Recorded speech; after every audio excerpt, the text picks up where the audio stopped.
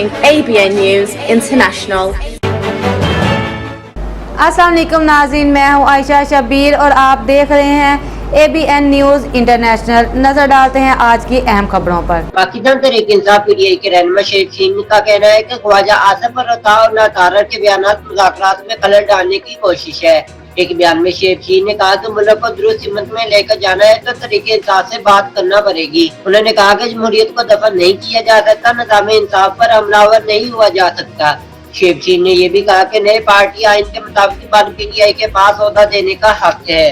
Investment आई है 1.3 billion है, जो कि इससे पहले इमरान खान के जमाने में नॉट लेस देन 1.5 बिलियन थी। ये वो कम तरीन सतह पे लाए हैं और उसके ज्यादा नुकसान इन्होंने जो किया है वो आपको पता है कि सिर्फ एक प्रोजेक्ट के ऊपर या एक इश्यू के ऊपर, वो है आपने नेट स्लो करके, आपने नेट बंद करके, आपने सोशल मीडिया बंद करके $1.62 बिलियन का लॉस किया है। और वर्ल्ड बैंक की रिपोर्ट के मुताबिक 1,30,00,000 अफराद पिछले एक साल के अंदर सतह गुर्बत की लकीर से नीचे चले गए हैं। और आज जो सिचुएशन पैदा की हुई है इन्होंने, कौन इसके मुल्क के ऊपर ट्रस्ट पैदा करेगा? इसलिए कि जब आपने दहशतगर्दी उरूज पे होगी, जब आपने पूरी इंटेलिजेंस एजेंसीज आपने PTI और उनके वर्कर्स के खिलाफ लगा दी है, तो पूरे दहशतगर्दी पाकिस्तान में, KP में और बलूचिस्तान में अपनी जड़ें पकड़ रही है। इसलिए कि आपके तमाम मसाइल, तमाम इदारे आपके सिर्फ लगे हुए हैं PTI को क्रश करने और उनको पीछे हटाने में और उनको गिरफ्तार करने में और उनको PTI को क्रश करने में लगे हुए हैं। तो लिहाजा दहशतगर्दी के जमाने में कौन इन्वेस्टमेंट लेकर आएगा? दूसरा, आपने ह्यूमन राइट्स वायलेशन इतनी ज्यादा कर दी हैं कि आज आपके पास कोई इन्वेस्टमेंट लाने को तैयार नहीं है, बल्कि यहां जो इन्वेस्टर है वो सबसे ज्यादा पैसा लेके यहां से बाहर जा रहा है।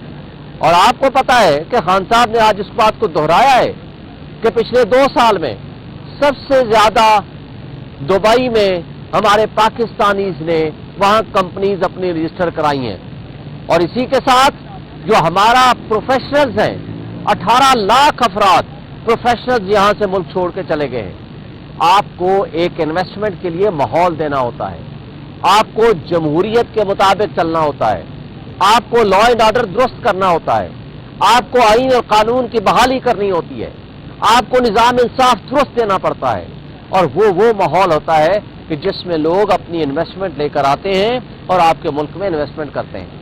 और जब ऐसा माहौल नहीं देंगे, जब आप डिक्टेटरशिप को मजबूत करने के लिए हर वो गलत काम करेंगे जो आपने 1970 और 71 में किया था, आज वही हरकतें दोबारा दोहरा रहे हैं।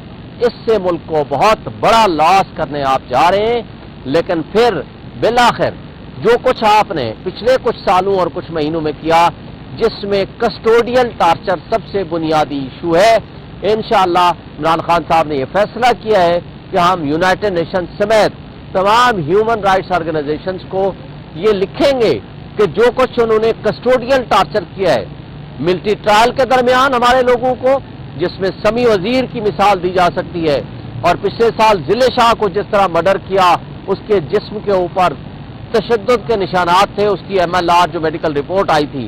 और इसी के साथ साथ जो उससे पहले भी जो तशद्दुद के वाकयात हुए हैं, इन चीज़ों से हमेशा एक बात है कि जब तक आप दुरुस्त सिम्टम नहीं अडॉप्ट करेंगे, वो तब तक आपकी मुल्क तरक्की नहीं करेगा। और आखिरी जो बात है वो ये है कि आखिर सवाल ये उठाया जाता रहेगा कि आखिर गोली क्यों चलाई।